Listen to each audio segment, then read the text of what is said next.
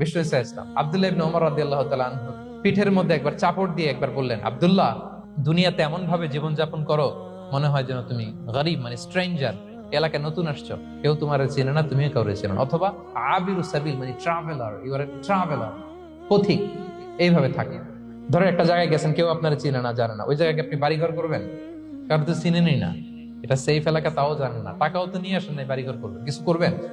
যেই কাজের জন্য গেছেন কোন রকম কাজ সেরে চলে যাবো এখান থেকে, যেহেতু আমি অপরিচিত। অথবা ট্রাভেল করতেছেন, এখান থেকে মক্কা যাবেন, ধরেন যে দুবাইতে ট্রানজিট 4 ঘন্টা, কয় ঘন্টা ট্রানজিট, যেহেতু 4 ঘন্টা পাইছি, এবার একটা সোফা কিনি, একটা টেবিল কিনি, একটা এই কিনি সেই কিনি এয়ারপোর্টের ভিতরে, এরকম কোন পাগল করে?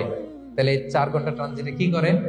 এই চা খেতে খেতে, মসজিদের ভিতরে 2 রাকাত নামাজ পড়তে পড়তে, ওয়েটিং এরিয়াতে বসে পত্রিকা পড়তে পড়তে কোন রকম কাটায় দেওয়া, কি বলেন?